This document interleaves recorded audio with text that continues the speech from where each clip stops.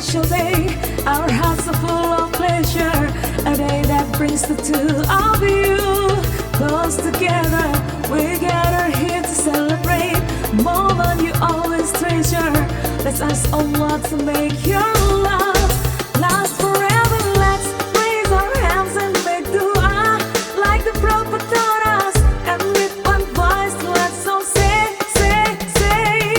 بارك الله لكما وبارك عليكما وجمع بينكما في خير. بارك الله لكما وبارك عليكما وجمع بينكما في خير.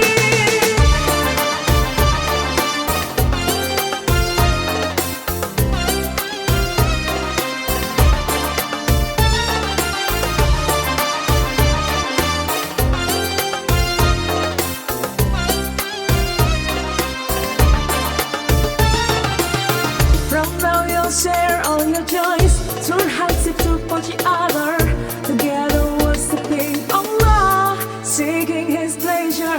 We pray